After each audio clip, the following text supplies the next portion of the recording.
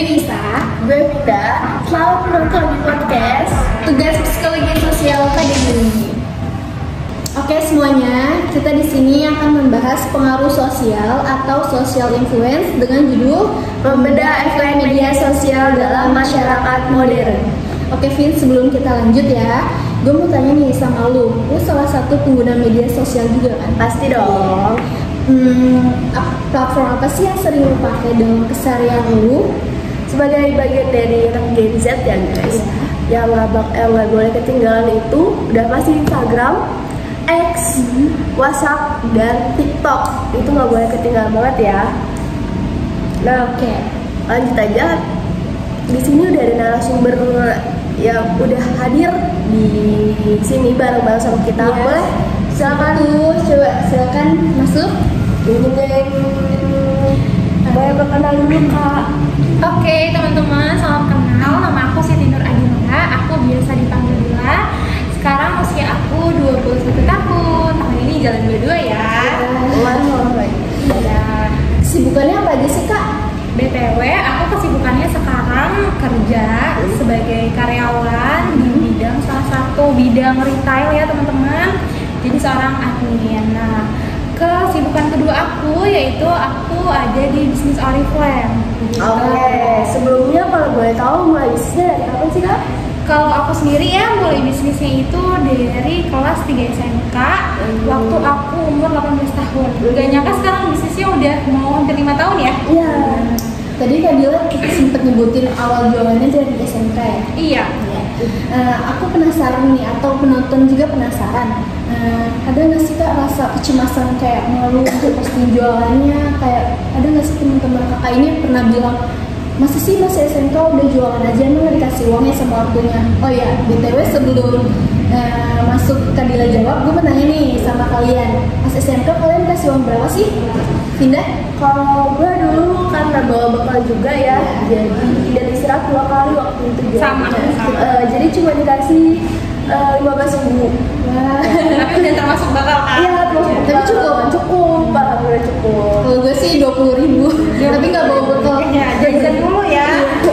Kalau kakaknya? Kalau aku sendiri itu satu hari, nggak dihitung satu hari ya BTW itu aku dikasih sama orang tua tuh udah dikasih amanah buat ngatur uang dari SMK, dan selama 1 bulan aku dikasihnya 600.000. Itu jajan aja ya teman-teman, maksudnya bekal juga bawa karena aku sama nih kayak Vinda tadi, aku istilahnya juga 2 kali gitu. Nah gimana caranya aku mengelola uang 600.000 itu jadi 1 bulan gitu loh teman-teman. Oke. Nah, tadi kan bisa nanya ya, gimana cara kenapa Kak Dila nggak malu ya jualan sampai SMK gitu kan? Nah itu tuh balik lagi tadi tentang masalah uang jajan. Jadi menurut aku uang jajan SMK, anak SMK 600.000 1 bulan itu menurut aku lumayan banget. Jadi kan terhitung satu harinya 20.000 ya kan? Tapi kan itu aku dikasihnya langsung gitu kan di awal bulan. Jadi gimana caranya aku mengelola itu, dan ada suatu hal yang bikin aku kenapa mau jalanin bisnis ini, kenapa mau jualan, karena balik lagi dulu tuh orang tua aku yang apa-apa tuh ngadain aku, maksudnya apapun yang aku mau alhamdulillah terturuti. Tapi semenjak kejadian satu hal itu aku jadi merasa mikir aku kayaknya harus jualan deh gitu. Karena salah satu dari kedua orang tua aku tuh kena PHK, termasuk mamaku yang kena PHK gitu. Dari uang jajan tadi 600.000 terpotong dari 400, tiba-tiba stuck di 300. Bayangin 300.000 1 bulan, dan itu tuh harus diatur gimana caranya gitu kan supaya cukup. Dan menurut aku tuh nggak cukup banget, apalagi aku sekolah full day, istirahat 2 kali, banyak banget tugas. Walaupun emang mamaku sering kasih uang tambahan sih kalau ada tugas, tapi kan nggak enak karena cuma ayahku yang kerja, nggak kayak dulu income-nya berarti kan ada dari 2 orang, ini dari 1 orang doang gitu. Nah dari situ aku merasa kayaknya mau mau deh bantuin orang tua. Ada inisiatif, terus juga kayak malu terus, minta terus nih, ditambah dulu tuh aku handphonenya rusak gitu, jadi sedih banget. Teman-teman SMK tuh pada handphone bagus-bagus, aku yang ya ampun, malu banget kalau misalkan mau ngumpulin tugas tuh. Dulu sempet pinjem ke temen handphone gitu kan, karena penyimpanannya. Nah dari situ aku mikir gimana caranya uang 300.000 bisa berkali-kali lipat, makanya dari situ aku mulai jualan. Nah sebelum Oriflame pun aku jualan itu palu gada, atau nggak palu gada? Palu gada itu apa? Kayak semua yang lo mau tuh gue ada gitu tuh. Jadi aku tuh jual yang hit-hit. Segala macam dijual. Iya, segala macam dijual, dari kerudung, makanan, terus banyak deh pokoknya apapun yang hits itu pasti aku jual gitu. Dari situ makanya. Terus kalau aku bisa sampai sekarang ini terjun di bisnisnya Oriflame Kak. Kenapa Oriflame? Iya. Kenapa Oriflame? Yang pertama aku di sini itu udah percaya sama perusahaannya. Kenapa? Berarti tadi pas di SMK itu udah mulai awal jualan produk Oriflame ya? Iya benar banget. Jadi pas terjun itu kan syarat daftarnya tuh dulu 18 tahun. Kebetulan udah 18 makanya daftar gitu kan. Dan di situ tuh baru yang kayak coba dulu deh jualan. Walaupun emang dulu tuh gak jago make up. Sedangkan itu kayak di bidang make up dan bidang skincare. Sedangkan aku tuh kayak buluk banget, terus ngerasa nggak pede jualan tuh pasti. Tapi dari situ aku mulai coba. Nggak apa-apa terjun dulu, yang penting coba dulu jualan dan alhamdulillah. Tapi kan pas di SMK nggak boleh dandan ya, tapi berani kok jualan produk make up kan Oriflame itu ya? Iya, berani sih ya karena butuh uang ya. Iya, jadi jualan cuman nggak pakai make up ke sekolah teman-teman. Gitu. Cuman ini di luar sekolah ya, pastinya di luar sekolah. Terus selanjutnya Kak aktif jualan, cara promosiin kakak ke teman-temannya atau lewat platform apa aja sih kakak promosikan jualan itu? oh kalau lewat platform sih ya, kalau aku sendiri lebih ke sosial media. Balik lagi ditambah kan aku anak muda yang aktif sosial media, pasti dong kalian juga aktif kan? Kalau aku tuh banyak platform yang aku gunain, salah satunya WhatsApp, terus ada Instagram juga, terus ada Facebook gitu ya. Cuman aku lebih aktif ke Instagram dan WhatsApp gitu teman-teman. Nah, kalau cara promosinya gimana gitu kan? Kalau cara promosinya aku lewat WhatsApp sih yang paling sering, karena aku tuh posting di WhatsApp, posting tentang jualan, tentang bisnisku. Nah, kalau di Instagram aku posting biasanya tentang keseharian sama bisnisku gitu. Jadi postingnya lewat sosial media. Berarti media sosial itu sangat berpengaruh sekali ya terhadap relasi yang kita bangun. Jadi kita bisa mengendalikan media sosial ke arah yang lebih positif seperti yang kita lakukan ya Nis ya. Iya. Ya Vin, apalagi di medsos akhir-akhir ini banyak banget ya yang viral. Iya betul banget ya. Banyak berita yang seliweran gitu ya di medsos. Cara apa tuh? Berita apa aja banyak betul ya. Kita tidak boleh menyebutkan di sini takutnya salah ya.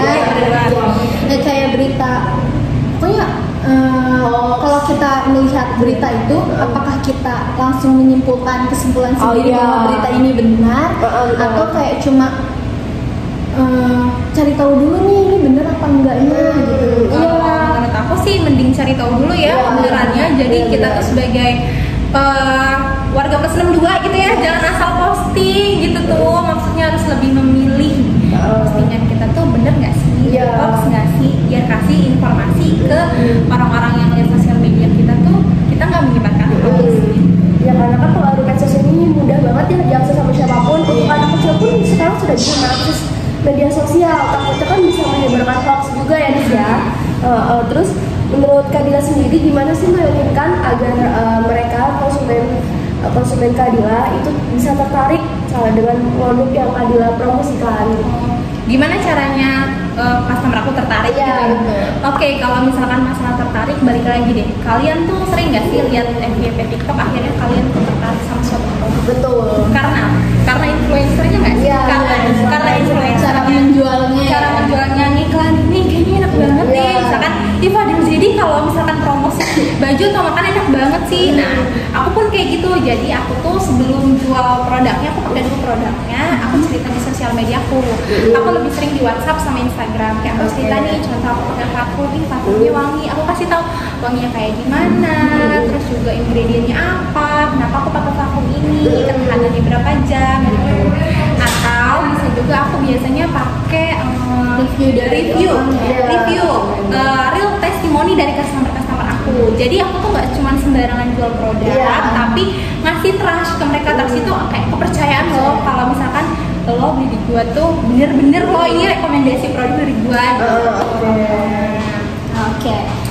Berarti relasi Dila atau pengikut Dila ini banyak melihat postingan Dila yang tentang kelebihan produk Dila ini ya. Oke, lanjut ya. Media sosial kan udah menjadi bagian wajib dari kehidupan sehari-hari kita ya. Dari membagikan momen berharga hingga terhubung ke teman-teman di seluruh dunia melalui platform-platform yang seperti Instagram, Facebook, X dan yang lain. Dan dari macam-macam platform tersebut itu telah mengubah cara kita berinteraksi satu sama lain ya. Iya betul, Vin. Media sosial juga membawa sejumlah dampak yang signifikan ya pada kesejahteraan mental kita. Menurut Dila nih, atau pengalaman Dila sebagai remaja ini ada nggak sih atau pernah merasa kayak kesenjangan mental gitu, Dila? Oh, mental healthy ya? Mungkin mempengaruhi kesehatan mental Dila sendiri nggak sih dalam sosial media? Berpengaruh banget sih, apalagi kita tuh di zaman yang sekarang tuh pasti kan lihat postingan, reels gitu kan, lihat TikTok, dan itu tuh gampang banget sih menurut aku mempengaruhi kesehatan mental kita. Nah dari situ tuh aku tuh sekarang lagi memilih-milih juga untuk yang dilihat, yang perlu dilihat yang mana, nggak perlu dilihat yang mana gitu loh teman-teman. Jadi jangan semuanya dicerna, dimasukin ke hati, akhirnya baper. Akhirnya ada head comment. Bener banget ada head comment. Misalkan ada yang pakai, ih Dila udah kerja tapi sekarang masih jual harga aja gitu kan, apa emang kurang duit gajinya? Sebenarnya kalau dia di sudut pandang yang nggak enak, dia mungkin gue bakal banget nih, dia ngomong kayak gitu kan, sakit hati banget. Tapi ya udahlah, bayin gitu kan, lagian kita nggak merepotkan mereka, kita juga nggak menyusahkan mereka. Kalau dia mau beli produk aku ya alhamdulillah gitu kan, kalau nggak beli ya nggak apa-apa kan, aku nggak maksa gitu. Iya benar.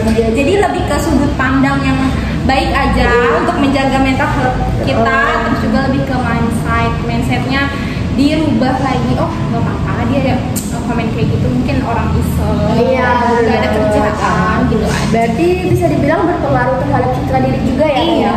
Bahkan kan kita sekarang tuh banyak banget ya ngeliat postingan yang gaya hidupnya tuh kayak wow, hedon ya, betul banget hedon. Banyak dari kita kan juga merasa kayak wah tertekan gitu kan, kayak pengen ngerasa juga apa yang ditampakin sama orang di dalam postingan tersebut ya.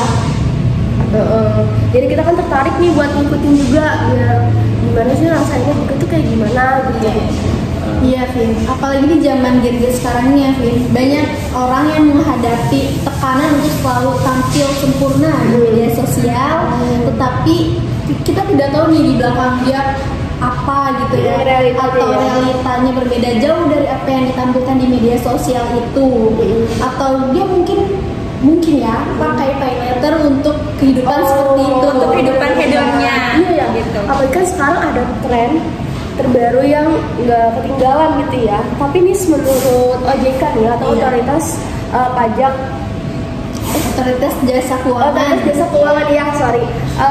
Utang warga negara kita tuh udah mencapai 6,13 triliun pada Maret 2024 ini. Kalau menurut Kak Dila sendiri nih sebagai pebisnis, gimana sih tanggapannya? Menurut aku tuh apalagi utang ya, jadi menurut aku itu tuh sama sekali nggak baik. Jadi aku tuh nggak pernah yang namanya alhamdulillah ya terbebas dari hutang gitu, alhamdulillah banget gitu kan. Terus salah satu jaminan untuk tenang, bener nggak sih? Kalau kalian utang tenang nggak sih? Tidur aja tuh berasa nggak enak, nggak nyenyak. Terus kita nggak tahu juga umur kita tuh sampai kapan. Kalau utang kan sampai di rumah mati ditagihnya, bener nggak sih? Gitu kan. Jadi kalau sampai pinjol ya. Bener banget. Sekarang tuh banyak anak muda yang misalkan ini gue pengen deh kayak temen gue jalan-jalan gitu ya ke Bali misalkan. Tapi gajinya UMR tau sendiri dong, gitu kan. Nah itu pasti mereka tuh untuk menyampaikan gaya tersebut gitu kan, pasti kayak suatu pay letter dulu cairin gitu kan. Nah kalau nggak pinjam aja dia dulu deh gitu kan. Menurut aku tuh gak baik banget sih. Jadi kata aku mah ya, daripada kayak gitu coba deh yang lebih baik, kayak beli sesuatu hal atau jalan-jalan ke tempat yang bisa kalian kunjungin aja gitu tuh. Karena yang pasti kan yang kita bikin happy juga kan momennya, bukan tentang tempatnya gitu tuh. Dan kita kesananya sama siapa, bener gak sih? Ya gitu. Jadi sesuai budget aja, jangan memaksakan diri ya teman-teman. Oke, apalagi ya sepengalaman aku nih ya, kalau misalkan ada tempat-tempat estetik pasti teman-teman tuh selalu ayo nih ikut ke sana ya, bagus nih tempatnya, instagramable banget buat foto-foto ya kan, apalagi buat update story. Iya, nah biasanya kayak gini juga korban ikut-ikutan nih di media sosial ya. Terkadang kan tempat-tempat begitu tuh tahu targetnya tuh ya kita yang para Gen Z yang suka nongkrong atau sekedar hangout di tempat kafe-kafe estetik untuk kebutuhan instastory. Iya, betul. Pasti. Oke. Itu bisa disebut FOMO nggak sih? Benar, itu zaman FOMO. sekarang ya. Itu FOMO. FOMO betul banget. Sekarang sih disebutnya FOMO ya, kan kayak takut ketinggalan berita, takut ketinggalan tren terbaru, OOTD terbaru, berita atau ketinggalan zaman banget ya. Kita tuh kalau nggak buka sosmed sehari itu rasanya kayak ketinggalan banyak banget berita yang lagi viral. Ketinggalan zaman gitu ya. Tapi emang bener sih, tapi balik lagi kita gunainnya tuh untuk hal apa? Kalau misalkan untuk gaya-gayaan dan untuk kayak ketenaran doang itu tuh cuma sementara sih. Iya. Dan namanya zaman tuh akan misalkan nih kali kita zaman model baju apa, ngikutin tren terbaru. Beberapa hari kemudian zaman model baju apa gitu. Jadi menurut aku ya Nggak ada habisnya. nggak ada habisnya gitu. Kita ngikutin zaman. Oke. Kalau dilihat-lihat nih sisi negatif dari FOMO, kita tuh kayak bolak-balik cek medsos, terus kayak kita tuh udah tempat kehidupan sehari-hari kita jadi ikut-ikutan yang nggak kita mau atau yang nggak kita butuh gitu loh, kayak ikut-ikutan kesini jadi kayak lu tuh bukan mau lu gitu, jadi Tapi kemauan Iya, apalagi kan Gen Z ini contohnya kayak ngumpul aja nih kita sama temen ya. Kalau ngumpul tuh kadang masih pada sibuk main HP sendiri dengan sosmednya masing-masing. Kalau misalkan kita gunain kesempatan itu untuk saling sharing, saling berbagi live update, yaitu Kita berbagi cerita ya betul lihat kita lalu itu apa aja sih dalam sehari-hari. Nah terus karena medsos ini kan kita jadi kurang komunikasi ya. Terus menurut Kak Dila sendiri kayak gimana? apanya? Kalau kita lagi ngumpul tapi lebih banyak main HP-nya Oh, kayak gitu. Ya, menurut aku tuh kurang basic. Contoh deh, kayak nggak ada chemistry buat cerita gitu. Contoh, kalian enak nggak sih kalau misalkan lagi ngomong sama pasangan aja deh ya, pasangan kalian nih lagi ngedate misalkan.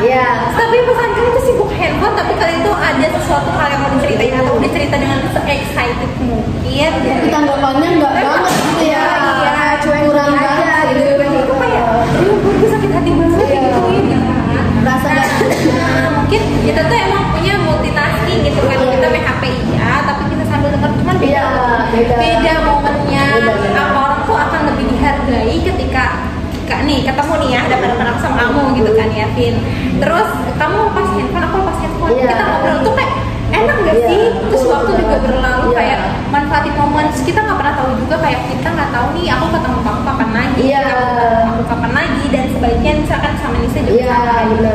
Nah jadi lebih ke manfaatin momen gitu loh. Terus juga kayak contoh nih aku sering banget kan ya kegiatan setiap minggu tuh kayak kumpul sama tim, ngadain sharing dan lain-lain ya. Aku tuh happy banget ada di circle yang positif gitu ya, sharing sama tim-timku. Nah mereka tuh udah tahu banget waktunya kapan pegang handphone, kapan nggak pegang handphone. Ketika sharing ya udah mereka fokus sama aku, fokus sama materi yang aku jelasin, yang aku arahin sama mereka gitu kan. Tapi setelah itu untuk dokumentasi dan lain-lain, biasanya kita di akhir acara bikin dokumentasi, bikin video TikTok, bikin video-video estetik gitu tuh. Jadi harus ada momennya gitu, dimana momen kita untuk saling sharing, saling berbagi cerita sama teman atau siapapun itu lepas handphone. Iya benar. Jadi menurut aku lebih jaga menghargai dan etika dalam berbicara juga. Betul. Ya berarti sebaik kita membagi waktu itu untuk HP dan untuk keseharian kita ya Kak. Oke. Menurut Dila bagaimana nih bisa membagi waktu antara kerja, bisnis dalam keseharian Kak Dila?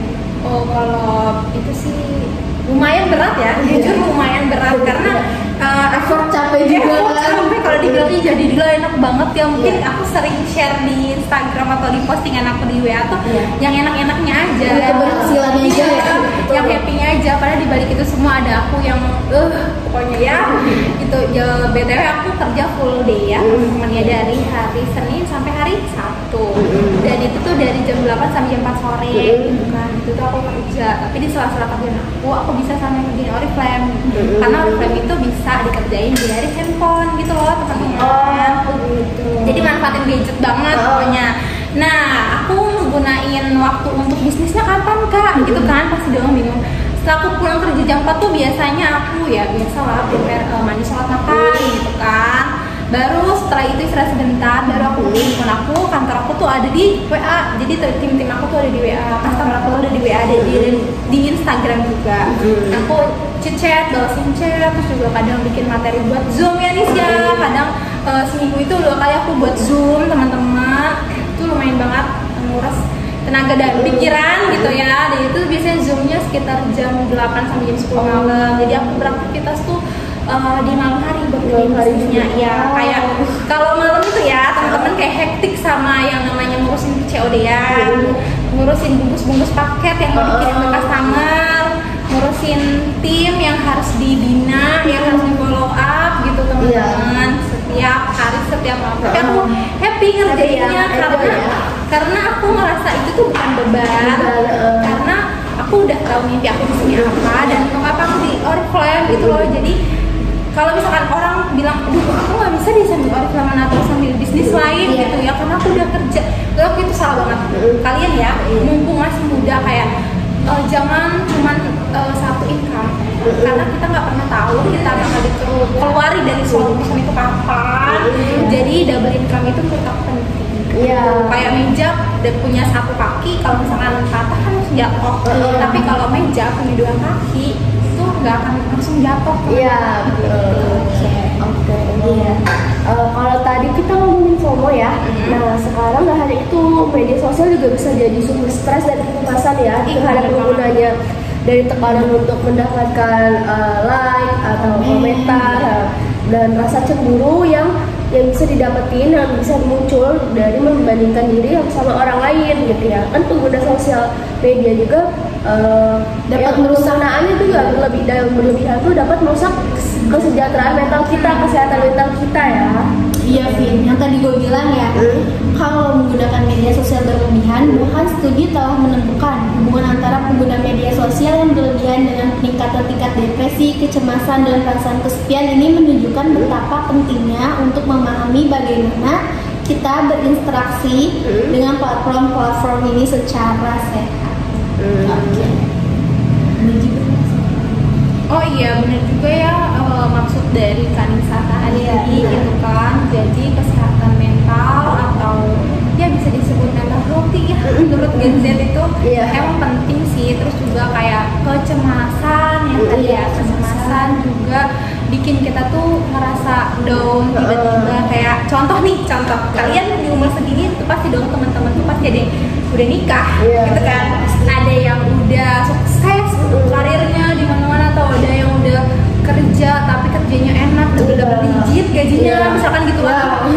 Udah ada yang punya misalkan punya mobil gitu kan, segalanya menurut kita kayak menurut kita ini enak banget ya. Itu tuh kadang ngerasa kalau kita lihat dari sudut pandang yang lagi ngedown, lagi capek gitu ya, dia enak banget ya, gua kapan ya kayak gitu. Itu tuh bikin kecemasan ya sih, bikin ngerasa kita kapan, aku udah gini.